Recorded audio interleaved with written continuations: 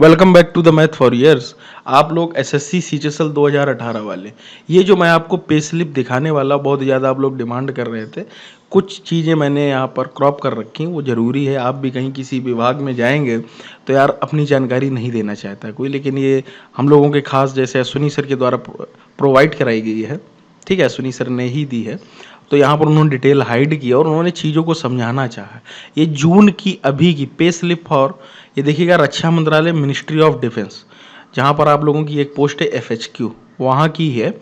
ये यूडीसी की है, इस बात को अच्छे से समझ लें। यूडीसी अपर डिवीजन क्लर्क की है, एल्डोवर डिवीजन क्लर्क की नहीं है। ठीक है, लेकिन इससे मैं आपको चीज़ों को समझा सकता हूँ, क्या बेसिक पे है, किस तरीके से क्या चीज़ें रहती, सब कुछ आपको मैं बताऊंगा स्टेप बाय स्टेप। ठीक है, तो यहाँ पर देखिएगा ये ऑफिस का नाम हो गया JSN CEO, ये सारी चीज़ें हो गई, ये पद नाम है। ठीक है, ये देखिएगा तो इनकी है सीनियर सेक्रेटरीट असिस्टेंट।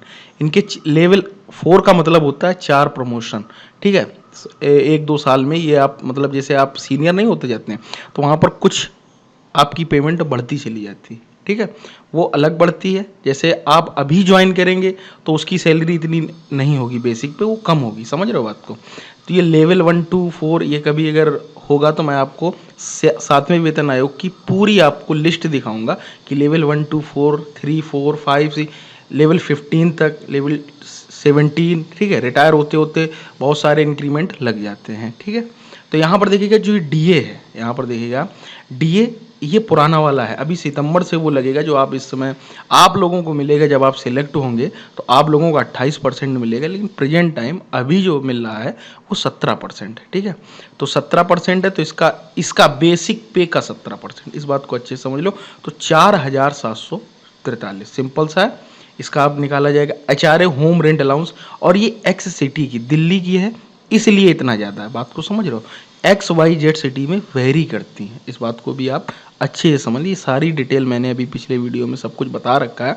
आप प्लेलिस्ट में जाकर बहुत आसानी से पूरा पे स्लिप अब की भी देख सकते हैं कि किस तरीके से कितना आपको मिलेगा। ठीक है, HRA मिलता है इनको 6,696 रुपये। ठीक है, अब AX सिटी का है ये सही रुपये। इतना तो यार अब दिल्ली जैसी जगह में किराया लग ही जाता है। आप किसी PG में भी रहें तो इतना HRA लगेगा। ठीक है, फ्लैट ले लिया तो 8-10 हज़ार का पड़ जाता तो ऊपर निकल जाओगे, है ना। और यहाँ पर TPT प्लस DA 4,212। ठीक है, आपको ट्रेवल भी मिलता है तो वो है 4,212 और DA सब मिला के इतना मिलेगा। ठीक है, अब यहाँ पर देखिएगा ये आपकी कटौतियाँ डिडक्शन ये होती है भाई साहब ग्रॉस सैलरी। बात को समझना, दोनों सैलरी में अंतर होता है, ग्रॉस सैलरी और नेट सैलरी। ठीक है, तो ग्रॉस सैलरी इनकी जो बनेगी जाके वो बनती है 48,121 रुपये। अब क्या क्या कटते हैं, कौन कौन से डिडक्शन काटती है सेंट्रल गवर्नमेंट, उस चीज़ को आप भी समझ लें और उसके बारे में अभी से आपको नॉलेज होनी चाहिए। देखिए आज का जो समय एक टेक्नोलॉजी का युग है। पहले क्या था, कुछ पता ही नहीं होता था। किसी से पूछो कि आपका वेतन कितना, वो बता देता था भाई साहब इतना मिलता है।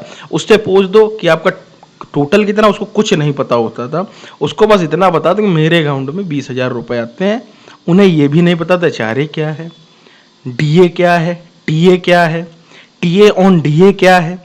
एक TA ऑन DA होता है, TA ऑन DA समझ रहे हो कि मतलब ट्रैवल अलाउंस पर भी एक DA मिलता है, महंगाई भत्ता। बात समझ रहे हो, क्योंकि रेलवे भी तो टिकट बढ़ाता है तो उस पर भी केंद्र सरकार आपको DA देती है, जबकि राज्य ऐसा कुछ नहीं देती। ठीक है भाई साहब, अब यहाँ पर देखिएगा CGHS, ये आपका 3,264 NPS है। NPS बोलते हैं नेशनल पेंशन स्कीम।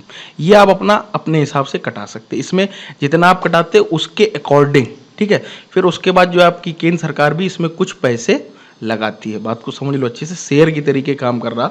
जो पुरानी पेंशन स्कीम थी वो अलग थी।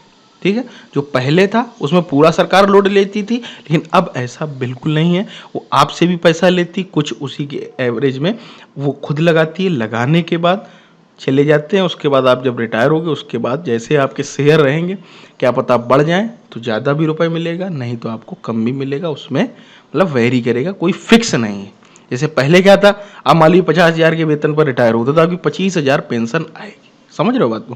लेकिन अब ऐसा बिल्कुल भी नहीं। आप अगर ज़्यादा NPS कटाएंगे तो आपको ज़्यादा पेंशन भी मिलेगी, अगर आपके शेयर अच्छे खासे उठ जाते हैं। ठीक है, तो अगर आप लोगों ने चैनल को सब्सक्राइब नहीं किया तो जरूर करें, लाइक करें, शेयर करें। ठीक है, CGHS क्या होता है, 250 रुपये, ये जरूरी है। ये आपसे काटे जाते हैं, बताइए।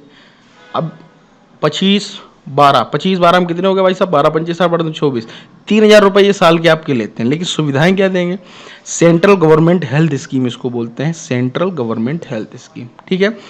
जैसे SGHS भी होती है, वो स्टेट गवर्नमेंट होती है, जैसे दिल्ली गवर्नमेंट केवल देती है, यूपी वाले SGHS देते ही नहीं, ठीक है। चाहे आप टीचर की जॉब करें, कहीं की भी जॉब करें, मैं पे स्लिप देख चुका हूँ, तो कोई SGHS नहीं देते हैं। लेकिन जो केजरीवाल जी की सरकार चल रही वो SGHS देते हैं स्टेट में, ठीक है। तो ये बहुत ही अच्छी भाई साहब सुविधा होती है, सेंट्रल की नंबर 1 सुविधा है। इसमें होता क्या है वो भी मैं आपको एलेबोरेट कर देता हूँ। इसमें कुछ CGHS के थ्रू बहुत सारे अच्छे अस्पताल भी होते हैं, कुछ न्यूनतम भी होते हैं। आप मान लीजिए कहीं पर आपको मान लीजिए बीमार हो जाते हैं आप या आपके मम्मी पापा, कोई भी जो आप पर डिपेंडेंट है, बात को समझना, डिपेंडेंट। अब जैसे आपसे बड़ा भाई है तो उसका कोई इलाज हो जाएगा, वो बीमार हो जाता है तो उसका पूरा पैसा मतलब सरकार से उसका कोई लेना देना आपसे। लेकिन अगर छोटा भाई है, डिपेंडेंट है 18 साल से नीचे, तो उसको ये दे देते हैं, ठीक है।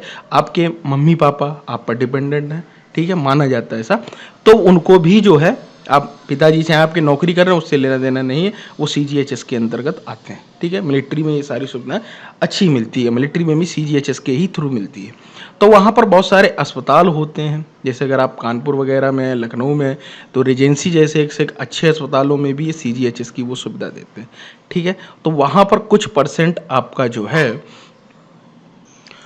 तो आपका ये 250 रुपये काट काट के, लेकिन इसका आपको बहुत बड़ा बेनिफिट होता है जब आप कहीं बीमार होंगे या कोई जांच भी। आज के समय में देख रहे हैं कि स्वास्थ्य की सुविधाएं कितनी गड़बड़ चल रही है ना, तो इसमें ये बहुत बड़ी सुविधा है मेरे हिसाब से, मुझे बहुत अच्छी लगती है सेंट्रल की ये स्कीम।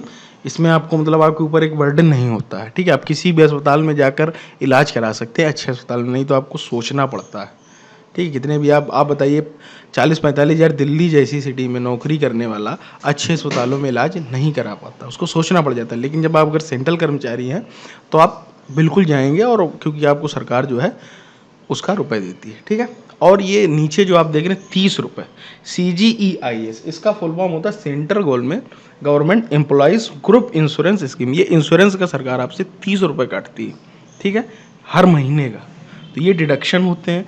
उसके बाद आपकी जो नेट सैलरी बनती है 40,007 रुपये, सिंपल सा इतनी, ठीक है। और यहाँ पर अगर देखेंगे शायद तो यहाँ पर आप देख सकते हैं ये सारा कुछ आपका डिडक्शन है, 3,264, 250, 30, और ये आपको इधर थोड़ा सा स्क्रीन में इधर करता हूँ, 4,570 रुपये कट कटा के जो सैलरी बनी भाई साहब 40,007 रुपये मात्र एक्स सिटी की UDC की सैलरी है, समझ रहे हो। तो हम लोगों को अक्सर होता क्या है, भोकाल में आप लोग को पता क्या हो जाता है, ग्रॉस सैलरी बताई जाती है। मैंने देखा है, किसी से भी बात करो, अबे LDC के कहेंगे 45,000 रुपये एक्स सिटी में। भाई साहब जो रियलिटी है वो इस चैनल पे आपको देखने को मिलेगी। तो 45-47,000 कहीं नहीं, पहली बात तो ये जो है आप दिमाग से निकालना, ठीक है। वो ग्रॉस होती है, मिलना कितना है वो समझो, 6 से 7-8 हज़ार रुपये तो आपका कट जाता है यार, HRA वगैरह। अगर आप सरकारी क्वार्टर में रहते तो आपको HRA नहीं मिलेगा, समझ लो। अगर आप गवर्नमेंट के क्वार्टर में रहोगे HRA नहीं मिलेगा। HRA तब मिलता है जब आप कहीं प्राइवेट रहते हैं, समझ रहे हो। तो चीज़ों को आपको बहुत अच्छे से समझना होगा कि gross salary, net salary, CGHS क्या होता है, CGEIS क्या होती है। सरकार अगर कोई आपको सुविधा देती तो आपसे ही भाई साहब रुपए लेकर देती है, ठीक है। पूरा ये नहीं कि आपको सरकार ही बिल्कुल मतलब ढोए, ऐसा नहीं है। आपसे देखिए 250 रुपये ले रही, आपके लिए नॉर्मल है, ठीक है भाई। 250 रुपये हर महीने कटते जा रहे हैं, जरूरी थोड़ी ना आप हर साल बीमार हो या आप हर साल ये सुविधा लें। लेकिन ऐसा है आज के समय में, तो मतलब एक साल में कुछ ना कुछ आप बीमार होगे तो उसमें आपको ये फायदा मिल जाएगा। खैर इस समय तो बहुत बेनिफिशियरी है, ठीक है। तो जुड़े रहिएगा। मैथ वॉरियर्स का UDC की है, सीनियर सेक्रेटरीट असिस्टेंट की है, रक्षा मंत्रालय की सैलरी स्लिप है, और बहुत ही जल्द मैं आपको assistant section officer ASO FHQ की बहुत ही जल्द आपको प्रोवाइड कराऊंगा। तो आप लोग जुड़े रहे मैथ वॉरियर्स के साथ। मिलते हैं अगले वीडियो में। चैनल को लाइक शेयर सब्सक्राइब करना बिल्कुल भी ना भूलें।